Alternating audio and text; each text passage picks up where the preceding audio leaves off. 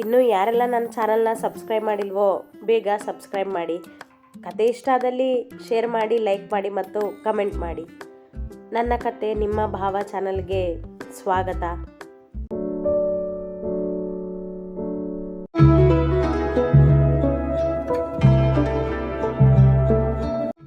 ಹೇಗೆ ನಡೀತಿದೆ ದಳಪತಿ? ಭಾರ್ಗವ್ ಶರ್ಮನ್ ಟೆಂಡರ್ ಕೆಲಸ ಕೇಳಿದ್ದರು ವರ್ಧನ್ ಎದುರಿಗೆ ಕುಳಿತಿದ್ದ ದಳಪತಿಗೆ.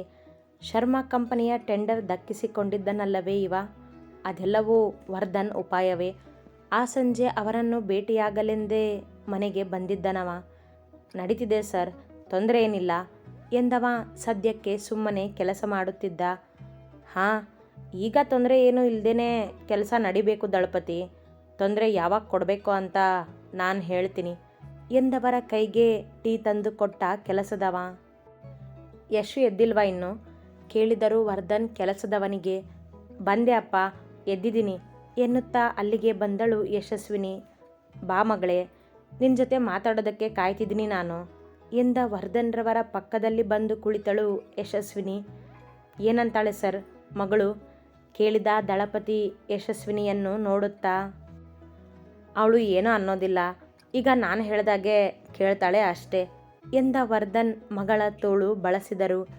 ಅವರ ಮಾತು ಅರ್ಥವಾಗದೆ ಅವರನ್ನೇ ನೋಡಿದ ಯಶಸ್ವಿನಿ, ಏನು ಕೇಳಬೇಕಿತ್ತು ನೀವು ಹೇಳ್ದಾಗೆ ಎಂದಳು. ನೀನು ಮತ್ತೆ ಆ ಅಭಿರಾಮ್ ಜಗಳ ಮಾಡೋದು ಭಾರ್ಗವ್ ಶರ್ಮಾಗೆ ಗೊತ್ತಿಲ್ವಲ್ಲ ಯಶು? ಈಗ ಅದೇ ಅಸ್ತ್ರ ನಮಗೆ. ಅವನು ನಿನ್ನ ಜೊತೆ ಜಗಳ ಮಾಡ್ತಿದ್ದಾನೆ ಅಂತ ಗೊತ್ತಾದರೆ, ನಿನಗೆ ಕಾಡ್ತಿದ್ದಾನೆ ಅಂತ ಗೊತ್ತಾದರೆ ಭಾರ್ಗವ್ ಮಗನನ್ನು ಸುಮ್ಮನೆ ಬಿಡೋದಿಲ್ಲ. ಹಾಗೆ ಅವನ ಮರ್ಯಾದೆನೂ ತೆಗಿಬಹುದು ನಾವು ಎಂದವರು ತಮ್ಮ ಉಪಾಯವನ್ನು ಪೂರ್ತಿಯಾಗಿ ಅವಳ ಮುಂದೆ ಹೇಳುವ ಮೊದಲೇ ತಕ್ಷಣ ಅವರ ತೋಳಿನಿಂದ ಸರಿದಳು ಯಶಸ್ವಿನಿ. ಏನು ಹೇಳ್ತಿದ್ದೀರಾ ಅಪ್ಪ ನೀವು? ನಿಮಗೆ ಎಷ್ಟು ಸರಿ ಹೇಳಿದ್ದೀನಿ ನಿಮ್ಮ ರಾಜಕೀಯ ದ್ವೇಷ ಜಗಳಕ್ಕೆ ನನ್ನನ್ನು ಎಳಿಬೇಡಿ ಅಂತ.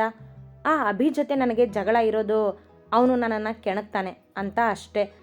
ಅವ್ರ ಆಳ್ವಿಕೆ ಮುಗಿಸಿ ಏನಾದರೂ ಮಾಡಬೇಕು ನಾನೇ ಅಂತ ಅಂದ್ಕೊಂಡಿದ್ದೆ. ಆದರೆ ಈಗ ನನಗೆ ಆ ಥರ ಏನೂ ಇಲ್ಲ ಎಂದಳು. ಹೀಗೆ ಈ ಹುಡುಗಿ ಯಾವುದಕ್ಕೂ ಹೆಚ್ಚು ತಲೆಕೆಡಿಸಿಕೊಳ್ಳದೆ ತನ್ನ ಖುಷಿ ಯೋಚಿಸುವವಳು. ಸಾಕಾಗಿತ್ತವಳಿಗೆ ಅಭಿಯ ಜೊತೆಗಿನ ಜಗಳ. ಏನು ಹೇಳ್ತಿದ್ಯಾ ಯಶು ನೀನು? ಕೇಳಿದರು ವರ್ಧನ್. ಅವಳ ಮಾತುಗಳು ಅಚ್ಚರಿಯೇ ಅವರಿಗೆ. ನಾನು ನನ್ನ ಖುಷಿ ಬಗ್ಗೆ ಯೋಚನೆ ಮಾಡ್ತೀನಿ ಅಪ್ಪ. ಅವನ ಜೊತೆ ಜಗಳ ಮಾಡ್ಕೊಂಡು ಕೂತ್ಕೊಳ್ಳೋದು ವೇಸ್ಟ್ ಆಫ್ ಟೈಮ್ ಅನ್ನಿಸ್ತಿದೆ. ನಾನು ನನ್ನ ಫ್ರೆಂಡ್ಸ್ನ, ನನ್ನ ಲೈಫ್ ಎಂಜಾಯ್ಮೆಂಟ್ನ ತುಂಬ ಮಿಸ್ ಮಾಡ್ಕೋತಿದ್ದೀನಿ. ನಾನು ವಾಪಸ್ ಬೆಂಗಳೂರಿಗೆ ಹೋಗ್ತೀನಿ ಅಪ್ಪ ನಿರ್ಧರಿಸಿಬಿಟ್ಟಿದ್ದಳು. ಮಲಗಿ ಏಳುವಷ್ಟರಲ್ಲಿ ಅವಳ ಗೆಳತಿ ದೀಪ್ತಿ ಮಧ್ಯಾಹ್ನ ಕರೆ ಮಾಡಿ ಮಾತನಾಡಿದ್ದಳು. ಅವರೆಲ್ಲ ಅವಳನ್ನು ಮಿಸ್ ಮಾಡಿಕೊಳ್ಳುತ್ತಿರುವರೆಂದು ಇವಳಿಗೂ ಅವರ ನೆನಪಾಗಿ ಯೋಚಿಸಿ ಈ ನಿರ್ಧಾರಕ್ಕೆ ಬಂದು ಬಿಟ್ಟಿದ್ದಳು. ಅಭಿಯ ಜೊತೆ ಜಗಳ ಮಾಡುತ್ತಾ ತನ್ನ ಖುಷಿಯ ಕ್ಷಣಗಳನ್ನು ಕಳೆದುಕೊಳ್ಳುತ್ತಿರುವಳೆಂದು ಎನ್ನಿಸಿತ್ತವಳಿಗೆ. ಏನು ಮತ್ತೆ ಬೆಂಗಳೂರಿಗೆ ಹೋಗ್ತೀಯಾ? ಆತಂಕವೇ ವರ್ಧನ್ರವರಿಗೆ. ಹಾಂ ಅಪ್ಪ, ಇರೋದಿಲ್ಲ ನಾನಿಲ್ಲಿ, ಹೋಗ್ತೀನಿ ಎಂದಳು. ಸ್ಪಷ್ಟವಾಗಿದ್ದಳು ತಾನು ತೆಗೆದುಕೊಂಡ ನಿರ್ಧಾರದಲ್ಲಿ. ಬೇಡ ಮಗಳೇ, ಇಲ್ಲೇ ಇರು ನೀನು. ಭಾರ್ಗವ್ ಮತ್ತೆ ನನ್ನ ಜಗಳದಲ್ಲಿ ನೀನು ಮಧ್ಯೆ ಬರದೇ ಇದ್ದರೂ ಪರವಾಗಿಲ್ಲ, ಇಲ್ಲೇ ಇರು ನೀನು. ತಂದೆಯ ಪ್ರೀತಿ ಮಾತನಾಡಿದ್ದು ಅಲ್ಲಿ. ನೋ ಅಪ್ಪ ಎಂದಳು ಒಪ್ಪದೆ. ಮುಖ ಸಣ್ಣದಾಗಿಸಿದರು ವರ್ಧನ್. ಇರುವ ಒಬ್ಬ ಮಗಳು ತಮ್ಮಿಂದ ದೂರ ಇರುವಳಲ್ಲ ಎಂಬ ಬೇಸರ ಅವರಿಗೆ ಯಾವಾಗಲೂ. ಅವರ ಬೇಸರ ನೋಡಿದ ಯಶು, ಓಕೆ, ನಿಮಗೋಸ್ಕರ ಇನ್ನೆರಡು ದಿನ ಇರ್ತೀನಿ ಅಷ್ಟೇ, ಆದರೆ ಬೆಂಗಳೂರಿಗೆ ನಾನು ಹೋಗ್ತೀನಿ ಎನ್ನುತ್ತಾ ಮೇಲೆದ್ದು ನಡೆದಳು. ಇವಳನ್ನು ಮುಂದಿಟ್ಕೊಂಡು ಆ ಭಾರ್ಗವ್ ಶರ್ಮನ ಮರ್ಯಾದೆ ತೆಗಿಬೇಕು ಅಂತ ನಾನು ಅಂದ್ಕೊಂಡಿದ್ದೆ ದಳಪತಿ. ಆದರೆ ನೋಡು, ಇವಳು ಹೋಗ್ತೀನಿ ಅಂತಿದ್ದಾಳೆ. ತಮ್ಮ ಮಾತು ಹೇಳಿಕೊಂಡರು ಅವನ ಮುಂದೆ. ಇನ್ನೂ ಸಮಯ ಇದೆ ಸರ್, ನಿಮ್ಮ ಮಗಳು ಇನ್ನೂ 2 ದಿನ ಇಲ್ಲೇ ಇರ್ತೀನಿ ಅಂತ ಹೇಳಿದ್ಲು. ಅಂದಮೇಲೆ ಈ 2 ದಿನದಲ್ಲಿ ಆ ಭಾರ್ಗವ್ ಶರ್ಮನ್ ಮರ್ಯಾದೆ ತೆಗೆಯೋದಕ್ಕೆ ಆಗೋದಿಲ್ಲ ಅಂತೀರಾ ಎಂದವ ವರ್ಧನ್ರವರ ಉಪಾಯಕ್ಕೆ ನೀರೆರೆದ.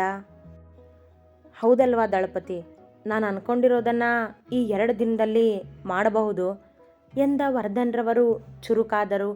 ಅದೇನು ಯೋಚನೆ ಇದೆಯೋ ಅವರ ತಲೆಯಲ್ಲಿ. ಒಟ್ಟಿನಲ್ಲಿ ಭಾರ್ಗವ್ರವರ ಮರ್ಯಾದೆ ತೆಗೆಯುವುದಲ್ಲದೆ ಅಭಿರಾಮನಿಗೂ ಬುದ್ಧಿ ಕಲಿಸಬೇಕು ಎಂದುಕೊಂಡಿದ್ದರು ತಮ್ಮ ಮಗಳನ್ನು ಕೆಣಕಿದ್ದಕ್ಕೆ.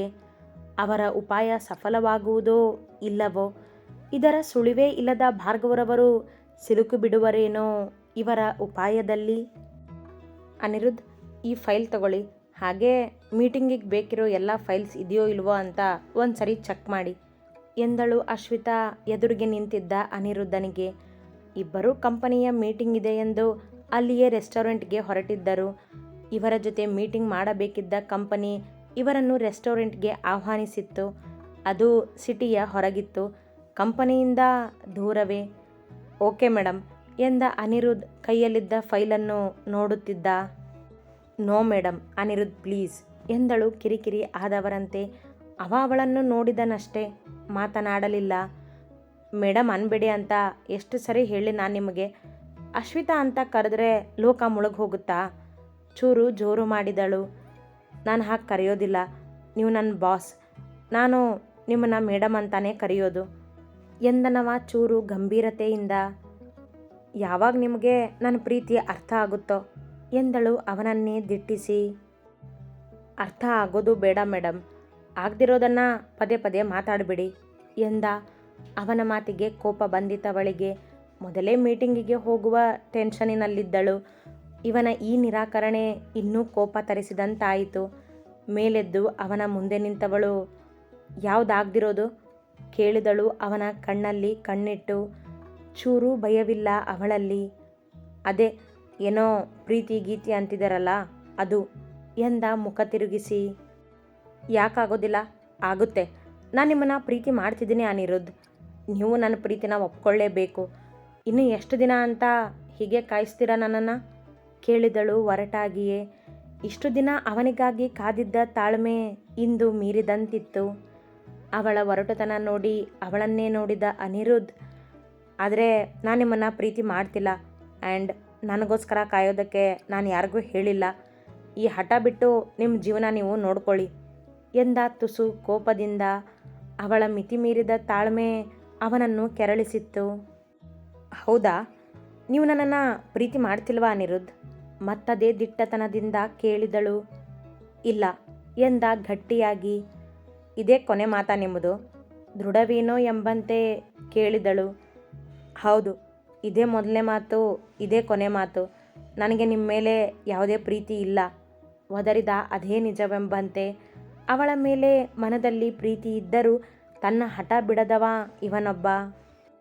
ಹಾಗಾದರೆ ನನ್ನಿಂದ ದೂರ ಇರಿ ಎಂದವಳೆ ಅವನ ಕೈಯಲ್ಲಿನ ಫೈಲ್ ಕಸಿದುಕೊಂಡು. ಶುಕ್ಲಾ ಎಂದು ಕೂಗುತ್ತಾ ಹೊರ ಹೋಗುವತ್ತ ಹೆಜ್ಜೆ ಇಟ್ಟಳು. ಒಬ್ಬರೇ ಹೋಗ್ತೀರಾ ಮೀಟಿಂಗಿಗೆ? ತಕ್ಷಣ ಕೇಳಿದ.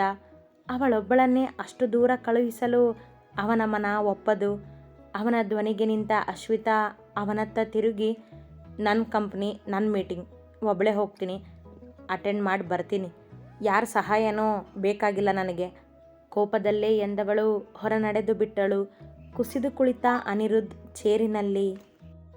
ಅದೆಷ್ಟು ಅಂತ ಅರ್ಥ ಮಾಡಿಸ್ಲಿ ಅಶ್ವಿತಾ ನಾನು ನಿಮಗೆ? ನಮ್ಮಿಬ್ಬರ ಮಧ್ಯೆ ಈ ಪ್ರೀತಿ ಎಲ್ಲ ಸಾಧ್ಯ ಇಲ್ಲ ಎಂದುಕೊಂಡವ ತನ್ನ ಕೈಗಳಲ್ಲಿ ಮುಖವಿಟ್ಟು ಕುಳಿತ. ಏನೂ ಮಾಡಲಾಗದ ಪರಿಸ್ಥಿತಿ ಅವನದ್ದು.